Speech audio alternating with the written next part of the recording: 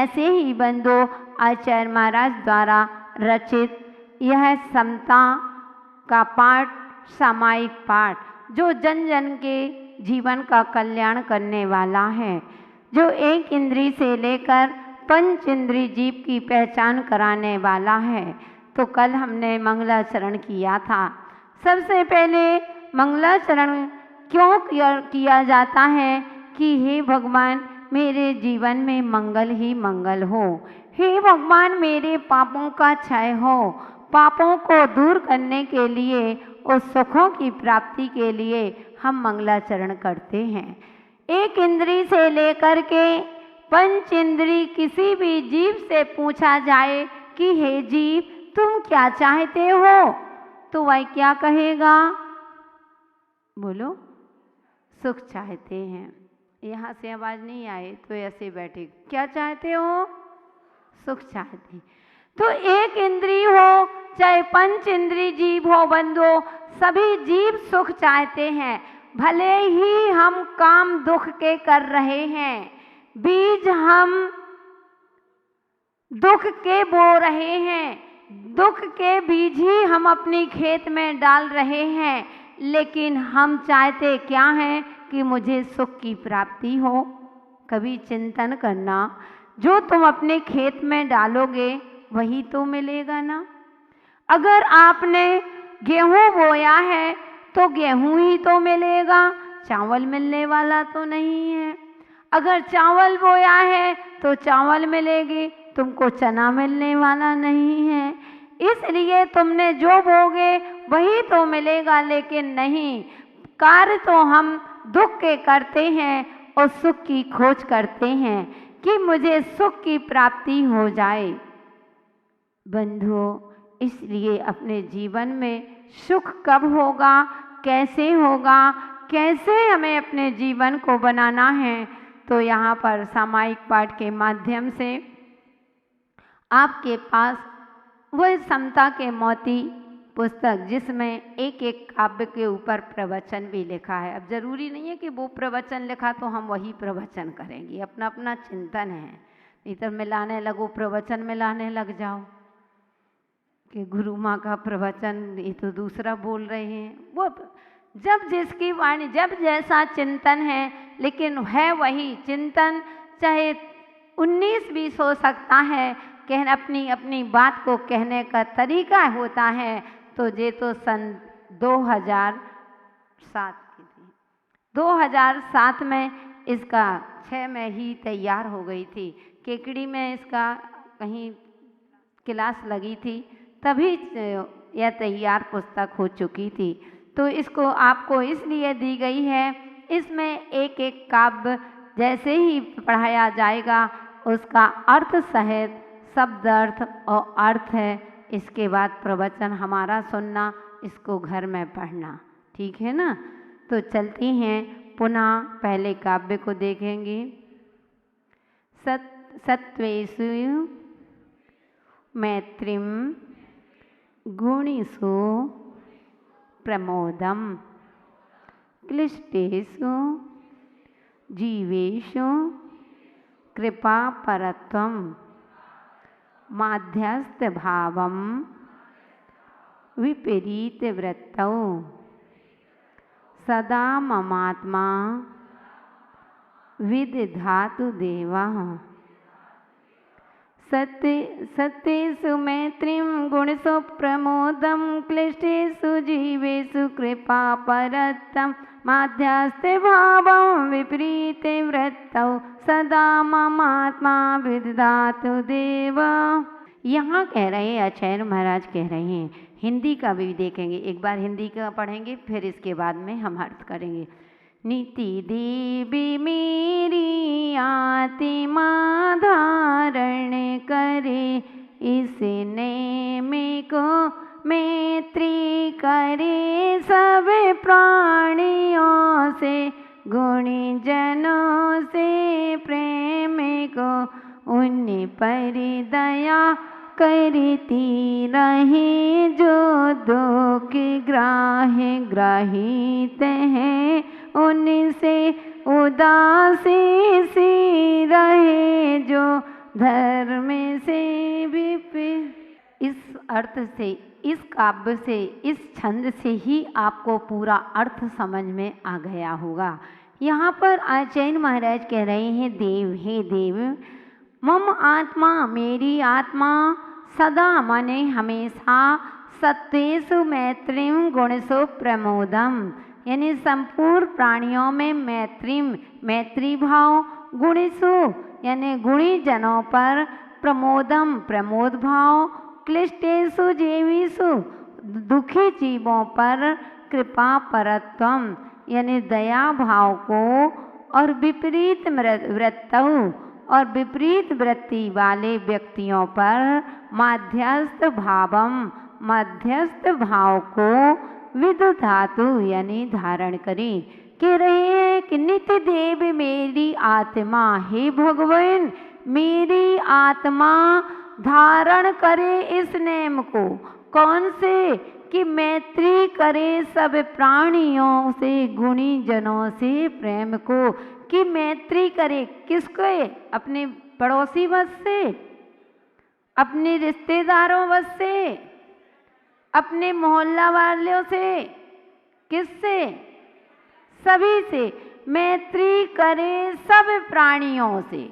ओ मित्रता ऐसी नहीं, मित्रता हमारी स्वार्थ भरी नहीं, मित्रता हमारे स्वार्थ में भरी होती है तो बंधुओं वह मित्रता नहीं कहलाती है। मित्रता एक इंद्री से लेकर के सभी जीवों के प्रति होती है। मेरी भावना में भी कहा गया है कि मैत्री भाव जगत में मेरा सब जीवों से नित रहे, दीन दुखी जीवों पर मेरे उर से करुणा स्रोत बहे। कितनी सुंदर बात। लेकिन वह मेरी भावना किताबों में नहीं, मेरी भावना होना चाहिए। कितनी अच्छी बात। मेरी भावना किताबों में नहीं, पुस्तक में नहीं, मेरी भावना ही होना चाहिए। तो कहते हैं कि जैन सिद्धांत में मैत्री की परिभाषा, जैन दर्शन में मैत्री की परिभाषा यह नहीं कहा। आचार्य कहते हैं कि तत्वार सूत्र ग्रंथ में, सर्वार सिद्धि ग्रंथ में आचार्य महाराज कह रहे हैं कि हे जीव, हाथ से हाथ मिलाना मित्रता नहीं है। तुमने किसी से हाथ मिलाया और उसने आपका हाथ, दोनों ने एक दूसरे का हाथ पकड़ा, वह मित्रता नहीं है। वह तो कितने निगोदिया जीव तुम्हारे शरीर में थे और उसके शरीर में थे, उसने हाथ पकड़ा, उस निगोदिया जीव का घात हुआ, तुमने तो हिंसा कर ली। कहते गले से गले मिलना, आचार्य महाराज कह रहे हैं सर्वार सिद्धि में कि गले से गले मिलना ये कोई मित्रता नहीं है। अगर कोई ने तुमने किसी के साथ बगल से साथ में चल रहे हो, वह मित्रता नहीं है।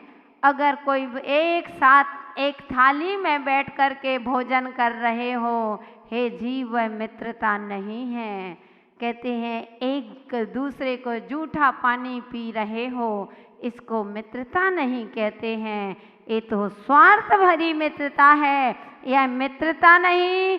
एक साथ भोजन के भाव हो रहे हैं, वह भी मित्रता नहीं। मित्रता वह होती है जो विपत्ति पे कहते हैं कि दुख में हमेशा साथ खड़े होते हैं, वह मित्रता होती है। क्योंकि आज के मित्र वक्त पर नहीं, तख्त पर काम आते हैं। आज की मित्रता तख्त पर तो काम आते हैं, लेकिन जब वक्त पड़ता है तो अपने ही दरवाजे बंद कर लिया करते हैं। क्योंकि आज जब विपत्ति आती है तो मात्र हम अकेले रह जाते हैं।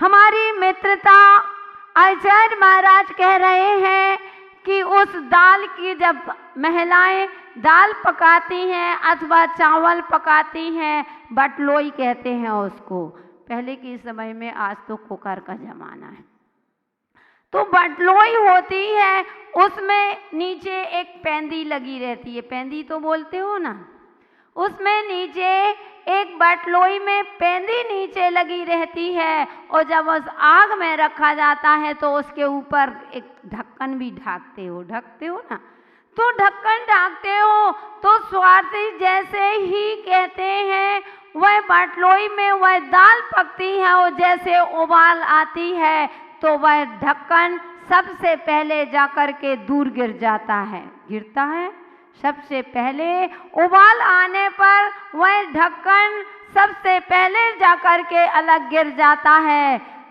अगर दुख में तुम दूर हो गए तो तुम उस ढक्कन के समान हो कि थोड़ी सी उबाल आई, थोड़ी सी किसी के संकट आई और वह मित्र, वो ढक्कन वह दूर हो जाता है। अरे मित्रता करना है तो उस पेंदी के समान बनो कि जो स्वयं जलता है और अपने उसके मित्र, पहले स्वयं जलता है फिर अपने मित्र को जलने देता है। कितनी भी संकट आ जाए, कितना भी, जब तक वह दाल पक ना जाए, लेकिन वह बटलोई की नीचे की पेंदी कभी अलग नहीं होती है।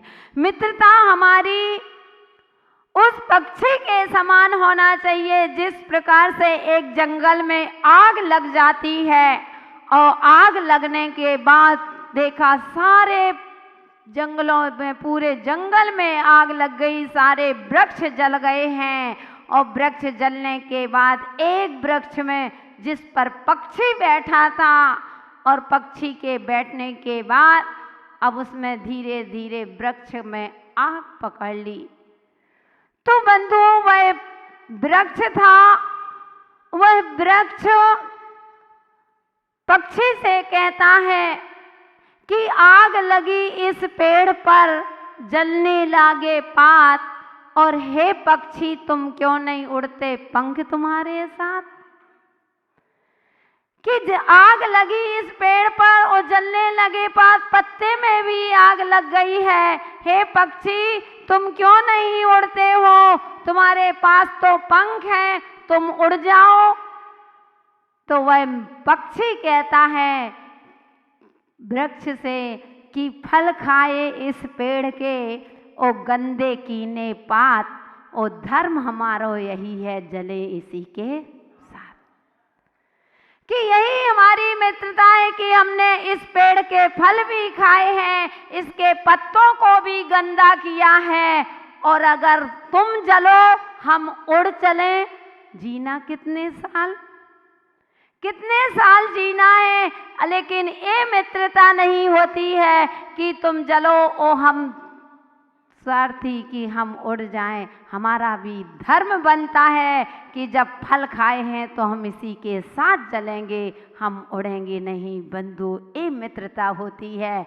लेकिन आज की स्वार्थी मित्रता कहते हैं कि आज अपना काम बनता और भाड़ में जाए जनता, ऐसी हमारी परिणति हो गई है। स्वार्थी अगर मात्र जहाँ स्वार्थ बनता है वहाँ हाय हेलो करने लगते हैं, और कष्ट आते हैं तो हम पीछे हट जाया करते हैं। जैन दर्शन कहता है कि यह तुम्हारी मित्रता नहीं है। बंधु, आजकल तो ऐसी मित्रता हो गई है, लोग मित्रता के नाम से डरने लगे हैं। कहते हैं जिंदगी ने हमें इतने धोखे दिए, जिंदगी ने हमें इतने धोखे दिए कि दिल तड़पता नहीं है अब किसी के लिए। सांप के फण दिखते हैं वो आजकल जो हाथ बढ़ाते हैं दोस्ती के लिए। कि जो सर्प के फण दिख रहे हैं, क्यों? क्योंकि वक्त पर काम नहीं, तख्त पर काम। अरे हमारी मित्रता तो उस मछली और पानी की तरह होना चाहिए, बगुले की तरह कभी भक्ति नहीं होना चाहिए। स्वार्थी भक्त और निस्वार्थी भक्त में यही अंतर है। जो स्वार्थी भक्त होता है वह बगुले की तरह होता है, कि बगुला होता है, पानी में बैठता है और एकाग्रचित बैठता है, और जैसे ही अपना काम बनता और बाहर मछली को लिया और उड़ जाता है। बंधु, हमारी मित्रता उस मछली के समान और पानी के समान होना चाहिए। जिस प्रकार से पानी के बिना वह मछली बाहर निकलने पर अपने प्राण न्यौछावर कर देती है, लेकिन कभी पानी से अलग नहीं होती है। कभी ये मित्रता जैन दर्शन में ऐसी मित्रता होना चाहिए। कोई भेदभाव नहीं, जहाँ से देखो सभी के प्रति, एक इंद्री नहीं, दो इंद्री नहीं। अगर हे माँ, तुम्हारे कल मैंने बताया था तुम्हें अपने बेटे और पड़ोसी के बेटे में नजर आ रही है, तो आपकी ये मायाचारी है, ये आप मायाचारी कर रहे हैं। एक तो निंदनीय पर्याय हमने मानव पर्याय पा करके भी एक पराधीन पर्याय पाई है, स्त्री पर्याय में आए हैं, और फिर भी तुम्हारी मित्रता कि तुम्हें अपने बेटे में अलग नजर आ रहा है और पड़ोसी का बेटा अलग नजर आ रहा ना। सभी की स्थिति है कि हमारी दृष्टि में ही एक ऐसी मित्रता, क्या वह मित्र उसके जीव के प्रति कहाँ गया तुम्हारा प्रेम? स्वार्थी प्रेम जीवन को बर्बाद कर देता है। स्वार्थी प्रेम, स्वार्थी मित्रता जीवन का कभी उत्थान नहीं होने देती है। कभी जीवन में तुम्हारे अच्छे कार्यों में हमेशा विपत्ति ही आती है। इसलिए बंधु, अपनी मित्रता को, हे माँ, अपनी मित्रता को एक समान अपनी दृष्टि में रखो, क्योंकि हमारे जीवन में हमें सब जीवों के प्रति हम सामायिक पाठ पढ़ रहे हैं। सामायिक पाठ में आचार्य महाराज समझा रहे हैं कि मैत्री भाव सब जीवों कि सभी के प्रति हमारी अगर मैत्रिता आ जाए, लेकिन ऐसा नहीं कि लोग मित्रता के कारण से और तुमको स्थान देते हैं और तुम उसी मित्रता के कारण उनके पंख को तोड़ दो।